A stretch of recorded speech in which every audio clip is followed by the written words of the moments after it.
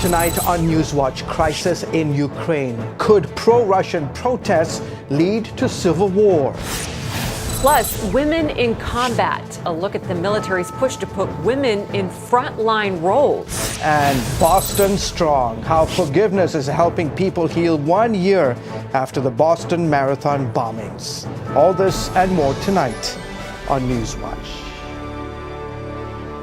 And good evening, everyone. I'm George Thomas. And I'm Wendy Griffith. Reports tonight of gunfire and tanks on the move in eastern Ukraine, bringing tensions there to a new level. Yeah, very much so. And that comes as the government in Kiev is cracking down on pro-Russian protests in several cities. As John Wagi explains in tonight's top story, it's a move that could trigger a show of force from Moscow. Ukraine sent an armored column to the city of Slavyansk near the Russian border, where supporters of Moscow had taken over police headquarters and set up their own checkpoints. Acting Ukrainian President Alexander Turchinov announced his government's first military action, what he called an anti-terrorist operation in eastern Ukraine. In Kiev, angry anti-Russian activists attacked a pro-Russian presidential candidate as he was leaving a TV station. Earlier, another sign of tension as a Russian jet buzzed a U.S. Navy ship in the Black Sea. The jet reportedly made a dozen high-speed passes over the USS Donald Cook for more than 90 minutes. The message is, we see you, we don't like you in our backyard, and we prefer that you would leave. It's just one more instance of Russian President Vladimir Putin thumbing his nose at President Obama, who is now more known for his tough talk than forceful action. When the president and Putin spoke for 90 minutes Monday, the White House expressed grave concern over Putin's support for pro-Russian militia destabilizing eastern Ukraine. The U.S. fears Kiev will have no choice but to use force and has pointed a public finger at Putin. We know who is behind this. Indeed, the only entity in the area capable of these coordinated professional military actions is Russia. The administration says tough economic sanctions are beginning to take hold and is threatening to ratchet them up if Russia doesn't back down.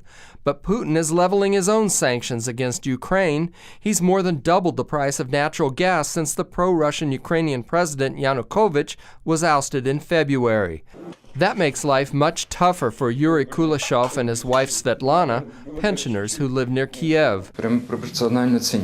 Kuleshov says we will simply stop buying all the things we are buying now because we have to heat the house in order not to freeze. President Obama says he has no plans to send weapons to Ukraine. John Wagi, CBN News.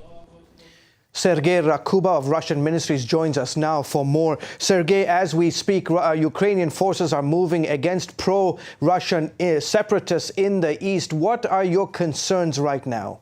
You know, we're getting lots of concerns about our families and our co-workers' families, about churches that are in that area. And as you've seen probably on the news, some of the glimpses of the reports, but we see that the tension is not just growing. There is already fight. The blood was spilled. And as we see, so that new Ukrainian government, interim government, made an order to move in and start pushing out those separatists, though they look like very well-equipped special forces, speak with a good Russian accent, are blocking those administration buildings in all those towns. And to that point, Sergey, I mean, the Russians don't necessarily need to move their tanks across the border. They can just send these special forces that don't wear any insignia, and they're relying on them to create the chaos, right? And that's as we see what happened in Crimea, so that identified soldiers took over the buildings. Then they sent lots of propaganda. They created lots of local pressure and raised and falsificated some results. And Crimea was annexed within a couple of weeks. So that's the same strategy, the same tactics we see is used in eastern Ukrainian regions of Lugansk, Donetsk, Kharkov, and even they're expanding now farther to Kherson and Poltava. So these identified soldiers, they call them a little green men, well-trained, well-equipped, armed. So they're taking over these buildings and then invite local separatists to mixed with them, and then they demand the Ukrainian government to giving into their ideas and demands of eastern Ukrainian regions to separate itself from the mainland of Ukraine. Let's talk about the situation in Crimea. As you know, there are close to about 250,000 refugees, mainly Muslim Tatars. You are reporting that there are thousands that are fleeing Crimea. Can you tell us about that? And there were some Catholics and Orthodox leaders that are fleeing themselves from Crimea today. And Catholic leaders, Catholic priests, they say they cannot stay there because they received the multiple threats on their lives and their families. Sergey Rybak of Russian Ministries, as always, sir, thank you so much for your time. Thank you so much, George. Well, today marks the one-year anniversary of the Boston Marathon bombings. Thousands of people are coming together to honor victims of the attack. Vice President Joe Biden took part in a ceremony in Boston, and from the White House, President Obama observed a moment of silence at 2:49 p.m. That's the exact time the first of the two bombs exploded at the marathon finishing line. And although some survivors stayed home to mark the day privately, others joined the ceremony to remind the world they are Boston strong. Next Monday, on Patriots' Day, when I'm told up to 36,000 people line up to start the marathon, you will send a resounding message around the world, not just to the rest of the world, but to the terrorists, that we will never yield. We will never cower. 3 people died and more than 260 were wounded in that attack. And still to come on NewsWatch, CBN News heads to Boston for a look at how faith is leading to forgiveness in that city. By 2016, the U.S. military must open all combat positions to women. The move will give females the opportunity to serve on the front lines for the very first time. But it seems not many women want the job. The most recent Army survey finds that only about 20% of female service members would choose to serve in a combat role. According to the Defense Department, women make up about 15% of the country's military. There are some women, however, who are stepping up to serve on the front lines, hoping to see military culture change. And as Caitlin Burke reports, these women are proving to be top performers and leaders. At Fort Bragg, North Carolina, First Lieutenant Kelly Rykwa is making history. I think it's a good job. At her base, Rykwa is among the first female platoon leaders. We're a unit that likes to pride ourselves on embracing diversity. There was no discussion really at all. Once you got there, the discussion stopped. Ahead of the January 2016 deadline for all combat jobs to be open to women, scientists are studying the physical demands of being on the front lines, measuring strength, endurance, power, set benchmarks regardless of gender. We want the best talent that we can possibly get. And these are exactly the same standards that we expect soldiers in basic training and in units to perform to each and every day.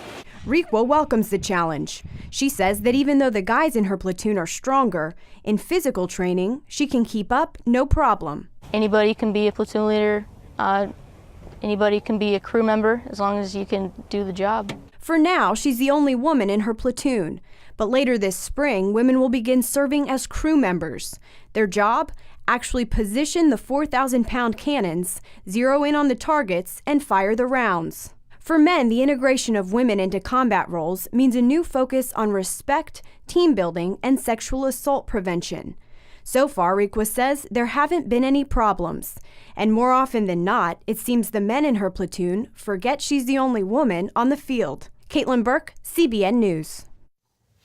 The top Democrat on the panel investigating the IRS targeting scandal is being accused of possibly playing a role. Congressman Elijah Cummings has complained about Republicans investigating former IRS official Lois Lerner. Now, House Oversight Committee Chairman Darrell Issa is releasing evidence against Cummings. New agency emails show Cummings' staff may have coordinated with the IRS to go after a conservative group called True the Vote. It was one of the same groups targeted by Lois Lerner's IRS division. Turning overseas, no one is claiming responsibility for Monday's massive bombing that killed more than 70 people in Nigeria's capital. But the country's president says all evidence suggests the attack in Abuja was the work of the terrorist group Boko Haram. Gary Lynn has more. Monday morning's bombing was the deadliest ever to hit the Nigerian capital of Abuja. The massive explosion occurred at a bus station during morning rush hour, killing at least 72 people and injuring 169 others. This man witnessed the bombing and says he initially thought a fuel tanker had exploded. Nigerian Victor Oladipo, CEO of 3D Global Leadership, was in Abuja at the time of the attack. He says a fearful, somber mood prevails in the capital city because no attack has occurred there for the past 4 years. There has been a sense that Abuja is secure. Abuja is pretty much impregnable. That sense of hope and that sense of anticipation has been shattered right now. Some people speculate the bomb was hidden in the ground. That's because the blast left this crater more than 4 feet deep and spread hot shrapnel across a wide path, slicing into the flesh of nearby commuters. But government investigators insist a suicide car bomber caused the deadly explosion. Oladipo says most Nigerians believe the attack was the work of Boko Haram terrorists. What is a little bit disconcerting, I guess confusing for a lot of Nigerians at the moment, is that there's no rhyme or reason to all of the attacks. And this bombing indicates that Boko Haram's terrorism may now be entering a new phase, one where public facilities are targeted, in addition to churches and schools. We need to pray that peace will reign, that the attackers will be exposed and apprehended, and that sanity and peace be restored in Nigeria. Gary Lane, CBN News. Thanks, Gary. Coming up, an archaeological discovery involving the location of Jesus' trial before his death. I have a son who's extremely smart and sensitive. He went to heaven. I came back. One true story has become a worldwide sensation. You saw heaven? It's beautiful. Tomorrow, Heaven is for Real is a profoundly beautiful movie. They don't believe me, do they? Some people might be afraid to believe. That will help many to believe. Is heaven a hope or as real as the earth and sky? A perfect family film.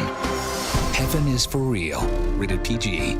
Announcing an important breakthrough in healthcare that can benefit everyone. If you or anyone you love needs affordable health insurance, regardless of a pre-existing medical condition, call Quick Insurance 123 today and get the immediate relief you deserve. Quick Insurance 123 was created to provide affordable health insurance to all uninsured Americans, with or without pre-existing conditions. This is not a discount card. This is a real insurance program that lets you choose from many affordable health plans, with access to doctors, hospitals, emergency services, and more. So call the number on your screen now and get the health coverage you need just for calling. As a special bonus, we'll send you a free prescription savings card that could save you up to 85% on your prescriptions. That's right, you could save up to 85% on your prescriptions just for calling. Call Quick Insurance 123 to find out how you can get affordable health insurance and receive your free prescription savings card just for calling. Don't wait. Getting a free quote is as easy as 1, 2, 3. Call today. I have a son who's extremely smart and sensitive. He went to heaven. I came back. One true story has become a worldwide sensation. You saw heaven? It's beautiful. Tomorrow, Heaven is for Real is a profoundly beautiful movie. They don't believe me, do they? Some people might be afraid to believe. That will help many to believe. Is heaven a hope or as real as the earth and sky? A perfect family film. Heaven is for Real. Rated PG. A lunar eclipse called the blood moon mesmerized millions overnight. The moon crossed through Earth's shadow and took on a reddish hue between 2 and 4 this morning. I actually saw it around 3:15 here on the East Coast. There will be 3 more of these eclipses before October 2015. In case you missed this one. Well, according to NASA, seeing 4 lunar eclipses in a row is rare. Some biblical experts have attributed special significance to them since they coincide with Jewish feasts. And for more, you can watch Eric Stakelbeck's interview with Pastor John Hagee to hear his view of the history and potential implications of blood moons. And you can find that at cbnnews.com. The exact location of where Jesus was sentenced to death has remained a mystery for 2,000 years. But a recent archaeological discovery in Jerusalem is causing some Christians to question their long-held theories. Gary Lane has more. Each year, thousands of Christian pilgrims from around the world journey to Jerusalem for Holy Week. They walk down the Via Dolorosa, the route that Jesus walked on his way to the crucifixion. Near Mount Zion, they can view a remarkable archaeological discovery. In 1999, excavations around the Kishli prison revealed something massive. Buried beneath the Ottoman-era prison were the remaining walls of a great palace. Amit Riem is an archaeologist with the Israel Antiquities Authority. The archaeological remains that we found in the excavation points toward that this ground is the actual palace of Herod the Great. We have the retaining walls. It was a massive engineering project, and we see it in the excavation. We even found an enormous underground sewage that could only belong to the palace of Herod. If it is Herod's palace, could it also be the spot where Jesus was tried? Some Christian historians believe his trial occurred in Herod's palace, while others insist he was put on trial at the Antonio Barracks fortress. The Bible says Jesus appeared before Pontius Pilate at the Praetorium, his residence. But did Pilate reside at the palace or the Antonio fortress? Christian archaeology professor Father Eugenio Aliata says it's possible the Praetorium was at Herod's palace. But he says the evidence must be more compelling if the Catholic Church is to abandon its long-held belief that the trial occurred at the Antonio fortress. Usually we stay with the last tradition we receive, and it is necessary to have a very strong argument in favor of an older tradition to go back to that. While the Herod Palace discovery may change some views of the actual location of Jesus' trial, still unchanged is the actual reason for his conviction, crucifixion, and resurrection. Gary Lane, CBN News.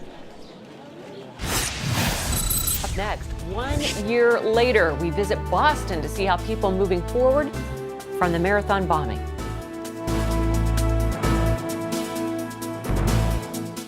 This is a national healthcare alert from the Health Hotline. If you, a family member, or a loved one suffers from knee pain and have Medicare as your primary insurance, we've got great news. You could qualify for a pain-relieving knee brace at little or no cost to you. Get free delivery, and all the paperwork is handled by our accredited suppliers at no charge to you. If you're on Medicare and have knee pain, don't wait. You may qualify to immediately receive a pain-relieving brace at little or no cost. Friendly agents are standing by 24/7 to help you. Call the Health Hotline right now for details toll-free. Our friendly representatives are standing by now to take your call. We also have other pain-relieving braces available for shoulder, ankle, and your back. You may be eligible to receive these items and more at little or no cost to you as well. Call right now for details toll-free. Operators are standing by. Call 855-740-8143. That's 855-740-8143.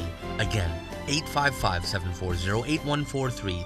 That's 855-740-8143.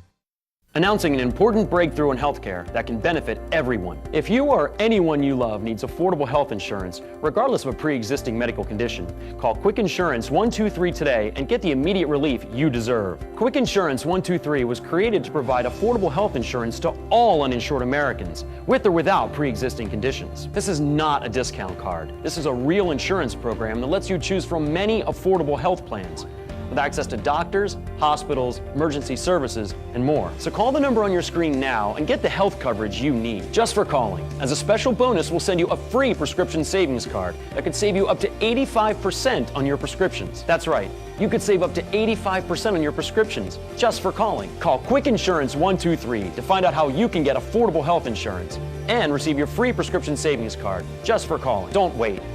Getting a free quote is as easy as 1, 2, 3. Call today.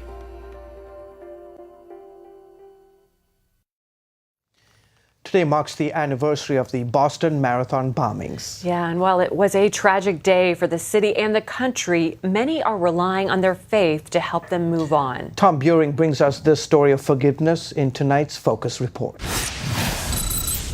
When Boston's marathon began in Hopkinton, runners were on their mark, but they would soon chase a great distance that would feel as deep as it ran long. Well, the day started with a tremendous amount of anticipation and excitement. You've been training for 6 months, 6 days a week. Went out to the site and started running the race. It was a beautiful day. Tom, it was a gorgeous day, and everybody was in great spirits. Down the road, Fenway Park was packed. catcher Jared Saltalamacchia hit a home run, and his Red Sox rallied for a win. We just finished the game, and we were in the clubhouse, got on the bus, and one of the guys just said, hey, there was a bomb at the finish line of the marathon, and then there was another one. Rob Davis had just finished the 26-mile race. He was exhausted. He toweled off and ate, then waited to cheer on a friend near the finish line. After hearing the first blast, he was caught 20 feet from the second explosion. The bomb went off right in front of us. People are screaming, and we've gone from a beautiful day in Boston to a war zone instantaneously. And I'm looking just across the street at a guy sitting in his chair with his legs blown off. I look down at my feet, and the bone of his leg are at my feet. At the same time, there's a girl that's on fire, and she's running towards me, and a police officer grabs her and starts patting down her hair. This girl is shell-shocked, freezing, naked on Boylston Street. I start shaking. I'm shaking again. You go back into this, and you got the smell of the gunpowder, you got blood everywhere, you got people screaming hysterically. And I'm looking at this and I'm thinking, God, how am I going to get to the point where I can forgive? It's a question that still lingers, challenging many, including some of those who visit the recently restored sidewalk along the Boylston bombing sites. The famed marathon of determination and achievement quickly changed, catching all of us flat-footed. It moved to a much different race, one with hurdles of fear and forgiveness. Sajjan Sharma was 5 miles away from the blast, at the bottom of Heartbreak Hill. That's as far as he got. Police stopped him and other runners as ambulances raced by.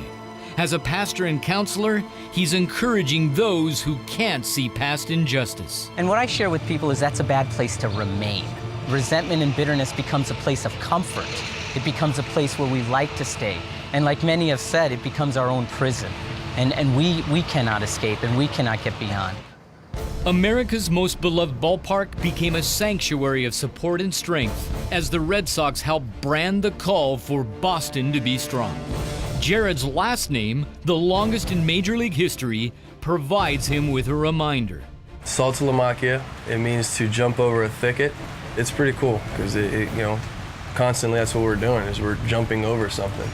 We all come to a gap in the road in our lives that we need to, get over.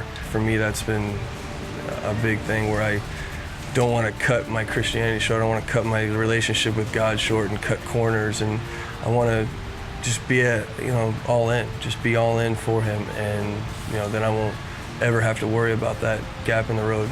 I always have Him to help me get over it. And this is where I believe our faith is so essential. If we look at Jesus, there's no one who's been wronged like Him in the same way.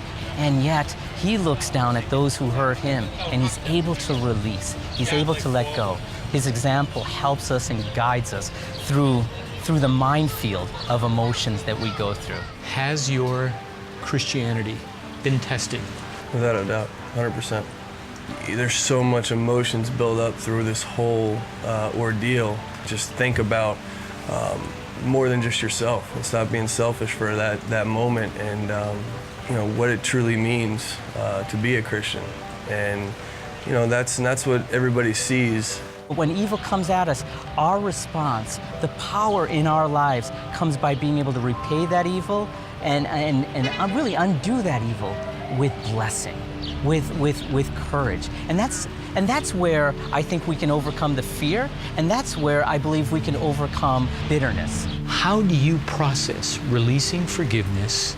Going to these hospitals, seeing, I talked to a gentleman who was there with his 4-year-old son, and then that's when the second bomb went off, and that's when he realized that, his leg had, been blown off, basically. And the first thing he did was grab his son and just protect him. And then he called an officer over and told the officer, just take my son and protect him, keep him safe, put him wherever you gotta put him. And you know what, I look at that and I say, that's what Jesus does to us. Up next, how a tiny camera is working to teach people the realities of homeless life. This is a national healthcare alert from the Health Hotline. If you, a family member, or a loved one suffers from knee pain and have Medicare as your primary insurance, we've got great news. You could qualify for a pain-relieving knee brace at little or no cost to you. Get free delivery, and all the paperwork is handled by our accredited suppliers at no charge to you. If you are on Medicare and have knee pain, don't wait. You may qualify to immediately receive a pain-relieving brace at little or no cost. Friendly agents are standing by 24/7 to help you. Call the Health Hotline right now for details toll-free. Our friendly representatives are standing by now to take your call. We also have other pain-relieving braces available for shoulder, ankle, and your back. You may be eligible to receive these items and more at little or no cost to you as well. Call right now for details toll-free. Operators are standing by. Call 855-740-8143. That's 855-740-8143. Again, 855-740-8143. That's 855-740-8143. Announcing an important breakthrough in healthcare that can benefit everyone. If you or anyone you love needs affordable health insurance, regardless of a pre-existing medical condition, call Quick Insurance 123 today and get the immediate relief you deserve. Quick Insurance 123 was created to provide affordable health insurance to all uninsured Americans, with or without pre-existing conditions. This is not a discount card. This is a real insurance program that lets you choose from many affordable health plans, with access to doctors, hospitals, emergency services, and more. So call the number on your screen now and get the health coverage you need, just for calling. As a special bonus, we'll send you a free prescription savings card that could save you up to 85% on your prescriptions. That's right, you could save up to 85% on your prescriptions just for calling. Call Quick Insurance 123 to find out how you can get affordable health insurance and receive your free prescription savings card just for calling. Don't wait. Getting a free quote is as easy as 1, 2, 3. Call today.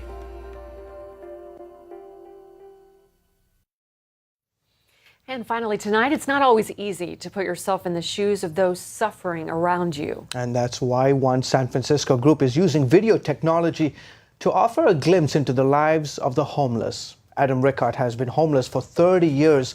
Recently, a group of sociologists picked him to be the center of the homeless GoPro project. Every day, Adam documents his time on the streets using a GoPro video camera. The goal: show others the hardship of homeless life. A lot easier to be, I guess, best way to put it is just to be cold, or, have less feelings when you're typing something than when you look at someone in the eye. Average right now is like 40 hours of waiting in a line to get a bed for one night. Mm-hmm. People don't realize the stuff like that, going get lunch, hour and a half, 2 hours. At the core, what we're trying to do, get a better understanding of the stories, what's happening, so that we can innovate new ideas on how to use these services better. The Homeless GoPro project aims to create more compassion for the homeless community. The project plans to release a new video every week. You can find a link to our website at cbnnews.com. Great idea. Interesting. Yeah. Well, that's going to do it for this edition of NewsWatch.